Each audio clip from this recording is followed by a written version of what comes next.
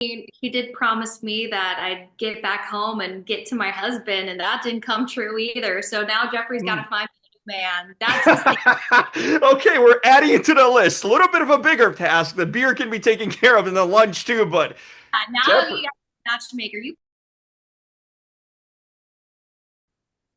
that the is that a poster or a doll? That is no, that's a cardboard cutout of a wrestler called Mandy Rose, named Mandy Rose. So it's autographed at the bottom. I feel like it's good space filler. Like, is that one of like Tesla's new people robots? I'm like, man, they're In a couple years, that might be a common thing, I guess. so. Well, excited to talk to you. You completely are still on brand, with the colors and everything. So love that. Consistently, Rachel. Of course, it's the only kind of like dopamine dressing. You know how they say like if you dress in like bright colors, you'll have a better mood. So try to make my whole environment as cute and sparkly as possible. Rachel, when I spoke to Jonah and Josh the last couple of weeks, I was like saying like, did you guys have an impression like Rachel was like dropped from the 1950s, like a pinup girl or whatnot? Like, what was the reaction to Rachel? Because you're such a unique look, you're such a personality of your own way. And it was just funny to hear the sort of reactions, how you stood out. And Jonah said that's like you're one of his favorites. And hopefully you guys are still talking and close friends. I love Jonah. Jonah is like too good for this world, to be honest with you. He's the Yes. warmest, kindest hearts that you will just ever meet. I love Jonah. And that was the fun part about going on the show is like my hair, because this is a hair piece. Shout out to my wig brand, It Rosette. looks luxurious and glamorous. Well, that's the whole thing is like man, I really hope my hair doesn't like fall off during these challenges. So I was like praying for dear life. Like I really hope this is a good speak for my brand that my hair won't fall out, running through these challenges. So I think it ended up okay.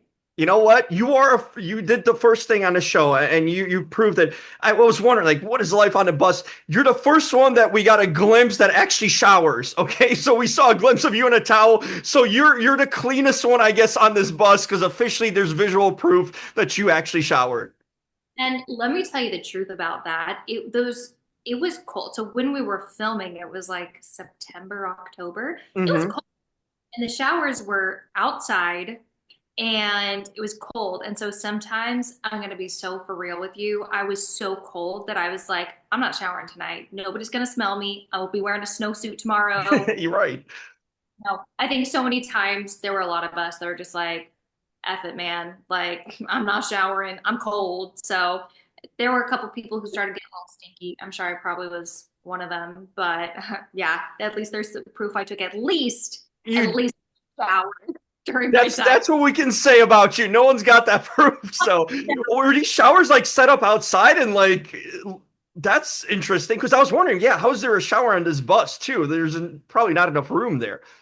No, they had like a little setup for all of us. It's like they weren't like porta potties, but they were like portable toilets and showers. It's about as glamorous as it sounds. And production took such good care of us, but like that water was not like comfortably hot. It was like warm, but I was like, Yeah. so my showers when I did shower, I was like, got the pits, got the privates, get me the hell out of here. Like, Smart and efficient, get the important parts, and then I got to get out of here because it was cold. Yeah, well, smart and efficient. I was really happy to see you get a chance to open up on this episode and kind of share your story. I'm sure a lot of viewers were surprised about your sort of journey with fertility and that you were married. No one knew that. So a lot of like big news coming out from you too in the last episode. It was really nice to sort of hear that you got to share that. Is that something that was important to you to sort of mention at some point? There's such a stigma, I think, behind infertility, right? Because Mhm. like, women, we always feel like it's me, I'm doing something wrong because it's like it's my body that's broken. And so I really wanted to talk about it because so many of my friends have been through it. And actually, talking about it on the show was the first time I ever talked about it. No one in my life actually knew that we were trying to have Wow. a because it's hard to talk about. Like, because then they're always asking, like, "Are you pregnant? Are you pregnant? Are you pregnant?" It's like, no, I'm not. And Right. so it's hard. And so the thing about that too is since filming, I've actually gotten divorced. So then it like pushes Oh, back the table because it's like, well, I wanted to be a mom like soon. And now I'm like, well, it pushes it back further. But either way, I know that I'll need help with fertility treatments, in the future. And so I just think we should just talk about it more. More people are going through it, and it's not your fault, and you're not alone.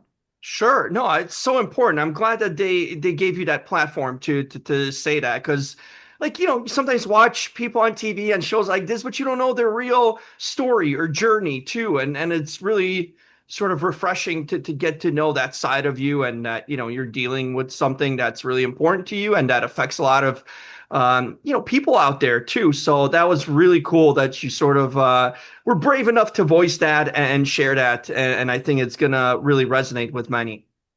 And I think too, I'm the kind of person that, like when people go to my Instagram, I talk so openly about plastic surgery and like Hmm. makeup because I look like this. Like this is my real hair. This is my real face. Like I'm so Yeah. much. I hate when people keep secrets or they're like, oh, like my life is so easy. There's no trouble. I really live by.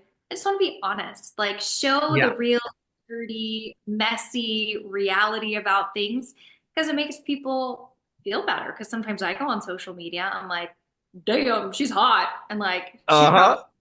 everything done, and it's like they have like these breast implants, and they're just like, oh my gosh, I'm just like so lucky, and I'm like, everyone hates that bitch because they're like, I want to be you. Uh-huh. So I, true. I mean, but it's refreshing when you know the truth. You know what I mean? Because like we speculate things and all that, and you just sort of eternally make yourself feel worse about yourself. But when you sort of know the truth, I think it's refreshing for you, and it feels like you're not hiding any secrets or trying to live something that's not true. And yeah, and I think it makes others feel better too, you know?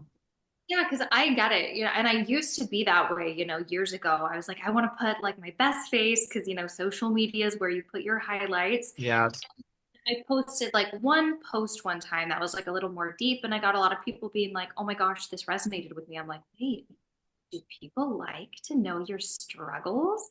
So then I started doing videos like without my makeup on, like without my wig on, talking about like real stuff and struggles. And like it just, people, they like it. It's refreshing. It feels good. And so I've been trying to do a lot more of that. Yeah, we all deep down inside love authenticity, and I think that's the most relatable thing, because no matter where you're from or what your story is, we all unite over certain things and the human experience. So I feel that's really cool that you do that. Um, I didn't catch Jeffrey promising you anything because with Josh he promised him a beer, with Jonah he promised him some sort of food. And with you, I didn't think he promised, unless it was caught on camera, because I was like keeping a tally on how much stuff Jeffrey owes for every contestant that he promised on to come through. Did he promise you anything, like a meal or anything like that we didn't see? I mean, he did promise me that I'd get back home and get to my husband, and that didn't come true either. So now Jeffrey's got Hmm. to find a new man. That's his thing. Okay, we're adding it to the list. A little bit of a bigger task. The beer can be taken care of in the lunch too, but Now Jeffrey. you got a matchmaker. You promised me I'd be home with my husband. I'm leaving the city of love to go be with my husband who loves me. I'm like, see, now you got to make that come true. Now you got to find me somebody. Yeah, I know. And you experience the city of love too in that way.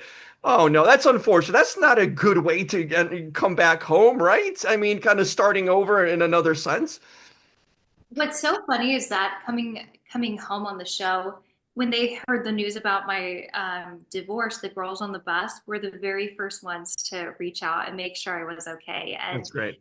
Mac are actually roommates, and they were like, "Come stay with us. Like, leave, come stay with us, figure things out." So I stayed with them for like 2 weeks, and now I have my own apartment here. We all live in Austin now, which is fun. And like people from the show will always come visit. Like Ty is visiting right now. So at least like it's so funny that I wouldn't have thought like going on the show, I would meet people who like would be my support system in the real world. I Yeah. see this competition, And then in the real world, it's like, oh my God, I would have jumped off a building without these people. They really were there for me in a time I really like needed people. And so it ended up being like the best thing that could have ever happened. That's amazing. And I heard it from Jonah and Josh too. The relationships you built on the show. The money and the prize is one thing, and the experience, you always have the memories, but the friendships and connections, that is sort of stuff you can't replace, that money can buy. And it's so really cool, refreshing to hear that you guys really bonded this deeply. Who else is going to relate to that? You know what I Yeah. mean? It's such a select few amount of people. Like if you're on a specific reality show, only the people in that show were going to ever understand what you went through. And so it's just like an unspoken connection of like, you get what it was like. You get that we were all stir crazy. You get that it was difficult. You get that there was a lot of he said, she said on the bus because it's the nature of the game. And so I think at the end of the day, we all just like get it. And that's why I think at the end of the day, there's, at least on my end, like no hurt feelings about anything that happened. Because of course Mhm. you watch and you see people who are your friends now and they're like, let's get that bitch out of here. And you're like, the fuck? Yeah. Like, but it's like very easy for me to be like, that was a game. This is real life. Different things, same people. So it's just, you got to separate the two. Yeah.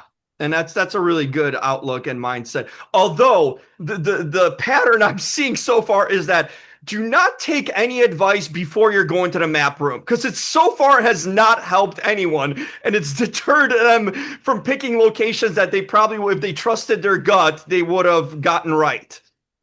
You know what's so funny is I really need to learn to trust my gut because I was gonna put Geneva, and then Mm. and I were like, you should put Bern. I'm like, Bern? They're like, it's the capital. I'm like, oh, that would make sense, so you second guess yourself. And I Mhm. went home, and the very first challenge, like I was just trusting on the opinions of other people, like Rick, really thinking. I think he really did. I actually don't know if he thought that we were in there. I would be curious to find out if he was actually leading my team and Josh astray. I don't actually know the Mhm. answer. One would assume, well, we know the answer to be, but I don't know for sure. So yeah, advice to people: don't take advice from no fucking buddy. Yeah. Trust your yes. Trust your gut. At least you can take it in better. If you trusted your gut, then you can be like, at least I went with myself and my own thing. But if you sort of take it from somewhere, you second guess, like, oh, why did I do this? Trusting gut, even if it's wrong, it'll set you free. 100%, because then you only have yourself to blame. I'm like, I will do that very differently in the future. Like make better alliances, be more strategic, but at the end of the day, you have to follow your gut on things. Totally.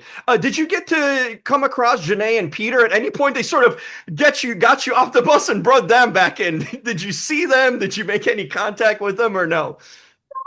Which was a shame because I'm a huge Bachelor fan. Like my ex-husband and I actually would watch The Bachelor Love together. it. I remember watching his season. So Ty was telling me when she got off the bus, oh, just kidding. Cut that out.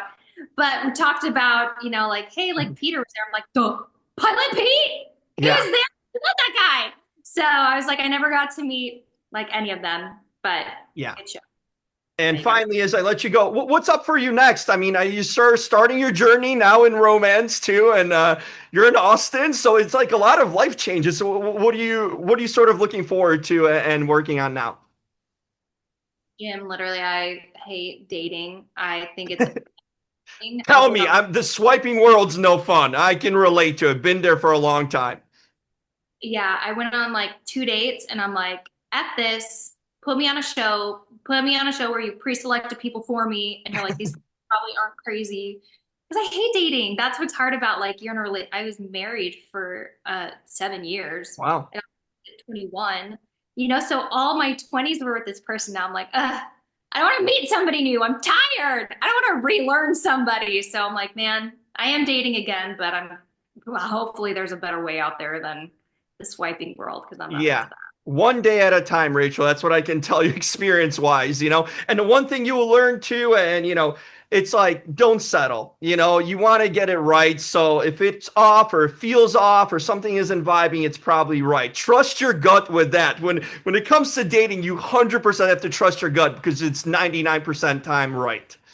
I think you're totally right on that. That's the new chapter for Rachel, learning how to be independent and trust her own gut. So we'll see how There you that. go. And that's an exciting chapter.